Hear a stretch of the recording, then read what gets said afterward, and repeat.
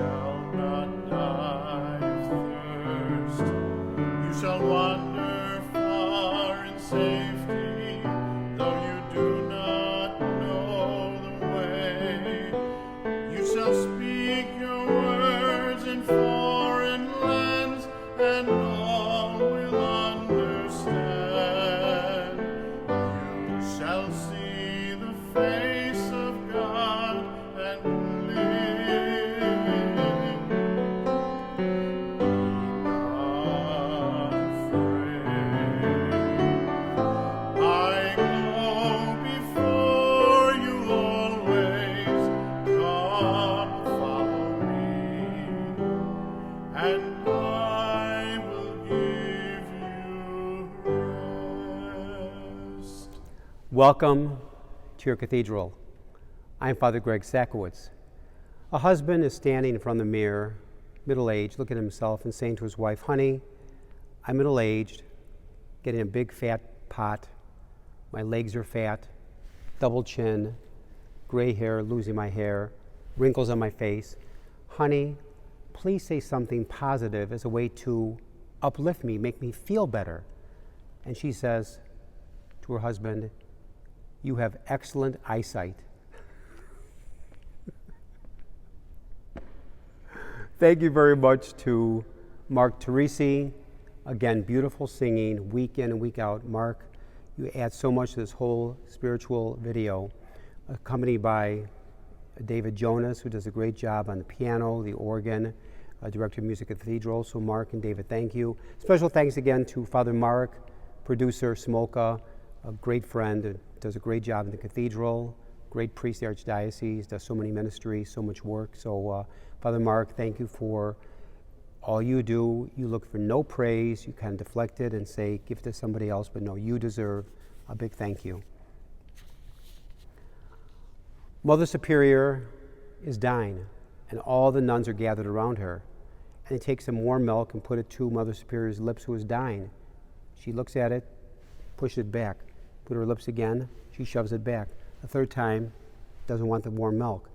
So when the young novices goes in the back, takes some vodka, takes the vodka, slams it into the warm milk, fills it up all the way, comes back, puts Mother Superior's lips, she goes and drinks it down.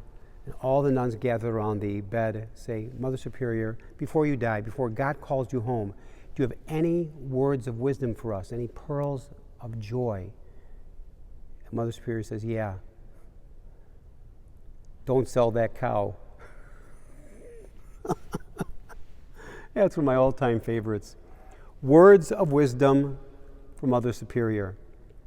Jesus also gives challenging words of wisdom to his followers and to all of us. Take up your cross and follow me. Challenging. Take up your cross and follow me. What does this mean for us gathered? It might be in church, at home, at work, at school. Take up your cross and follow me. How does this apply to my life here and now? Look at so many of our lives. I just buried a loved one. The bills are piling up. I'm overwhelmed. My marriage is falling apart. The kids are out of control. The economy is struggling. I'm thinking about having an abortion. I can't find work for 5 months now. COVID-19. We all ask, when will this end? Racial unrest. We ask, when will this end? In some ways, a summer that never was. And yet we hear Jesus say, take up your cross and follow me. Listen carefully to these words. Be careful of your thoughts, for your thoughts become your words. Be careful of your words, for your words become your actions. Be careful of your actions, for your actions become your habits. Be careful of your habits, for your habits become your character. And be careful of your character, for your character becomes your destiny. Back in April of 2011, at that time, the world's oldest man died in Montana at the age of 114 years of age. Walter Bruning's earliest memories stretched back to to 111 years. Remember, he died in 2011. His earliest memories were of his grandfather's tales of killing Southerners during the Civil War. Walter was 3 years old at the time and horrified and said, I thought, what a heck of a thing to do, to kill another human being. But the stories of Grandpa stuck, becoming the first building blocks into what would develop into a simple philosophy that Bruning, the world's oldest man at 114 before he died, credited to his longevity. Here are the world's oldest man's secret to a long life. He wrote them down about 10 years before he died. Number 1, embrace change, even when the change slaps you in the face. Number 2, eat 2 meals a day. That's all you need. Thirdly, work as hard as you can for as long as you can. Fourth, always help others. The more you do for others, the better shape you are in. And lastly, and this might be the hardest part, he said, it's a lesson Bruning said he learned from his grandfather. Accept death. Accept death. We're going to die. Some people are scared of dying. Never be afraid to die, because you are born to die, he said. Embrace change, even when the change slaps you in the face. Eat 2 meals a day. That's all you need. Work as long as you can. Help others. The more you do for others, the better shape you're in. And there's the hardest part. Accept death. But for us, for believers in Jesus, death is a doorway to life so abundant we call it eternal. In many ways, I wish I had met Walter Bruning. All of us have questions. Most of probably we worry too much. We sometimes take everything or things for granted. But if we like it or not, or know it or not, we all of us carry a cross. It's so easy to focus on our problems that we forget our many blessings, despite COVID-19, racial unrest, trying to open up schools, and the list goes on and on. We do have many blessings. Keep it in perspective. But all of us, whether we like it or not, we do carry a cross in life. Life is difficult. We sometimes wonder, why does God write with crooked, contrary lines in our lives? We don't have to look for suffering or hardship. It has a way of finding us. Yet the Lord knows well our many crosses. There are 3 aspects about one's cross in life I wanted to share with you. Number 1, the cross is a part of life. Number 2, we can choose to pick up our cross and carry it. We can turn away from the cross and refuse to carry it. For example, sickness can be seen as an enemy or as a friend. The choice is ours. No one enjoys being sick, but to ask, where is the Lord in this sickness, can bring new life in the Lord and new hope that we never even dreamed of.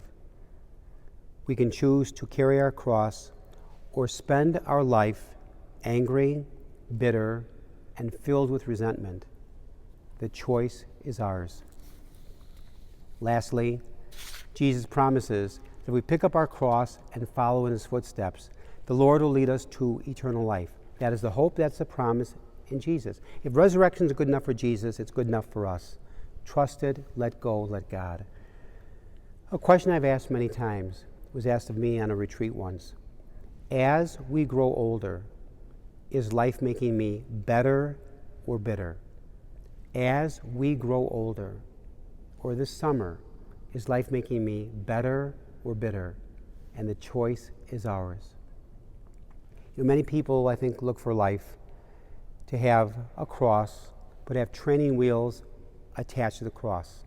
And training wheels on the cross would roll easily across the floor. Life's not like that. So we can be angry about the cross we carry or say, Lord, help me lift my cross. We all carry crosses in life. They have a way of finding us.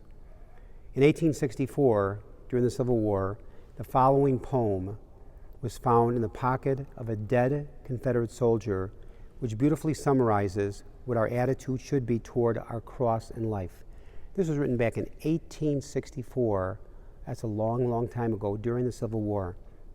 Here's what he wrote and was found in his pocket upon his death. I asked God for health, that I might do greater things. I was given infirmity, that I might do better things. I asked the Lord for riches, that I might be happy. I was given poverty, that I might be wise. I asked the Lord for power, that I might have the praise of all people.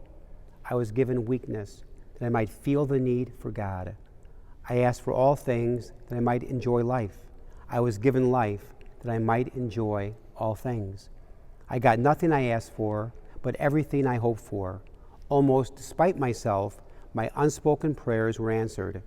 I am, among all people, most richly blessed. The cross is a sign, an invitation, and a revelation.